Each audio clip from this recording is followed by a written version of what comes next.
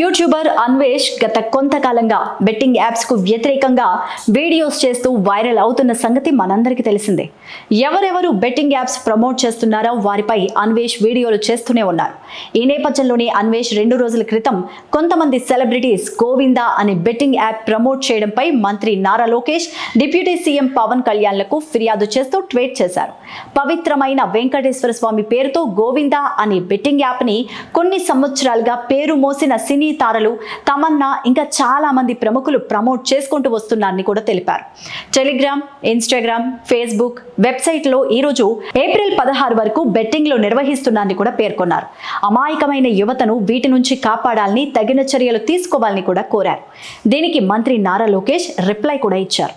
Betting apps యువత జీవితాలను సర్వనాశనం చేస్తున్నాయని కూడా అభిప్రాయాన్ని వ్యక్తం చేశారు లోకేష్. జూదానికి బానిసై యువత నిరాశలోకి వెళ్లిపోతున్నారని ఆవేదన వ్యక్తం చేశారు. బెట్టింగ్ యాప్స్ వల్ల నష్టపోయిన ఎన్నో హృదయ విదారక గాథలు తను విన్నాన్ని కూడా చెప్పారు. కఠినంగా వ్యవహరించడమే ఈ సమస్యకు దీర్ఘకాలిక పరిష్కారం అన్నారు. దేశానికి ఆదర్శంగా నిలిచే యాంటీ బెట్టింగ్ విధానం కోసం కృషి చేస్తున్నామని స్పష్టం చేశారు.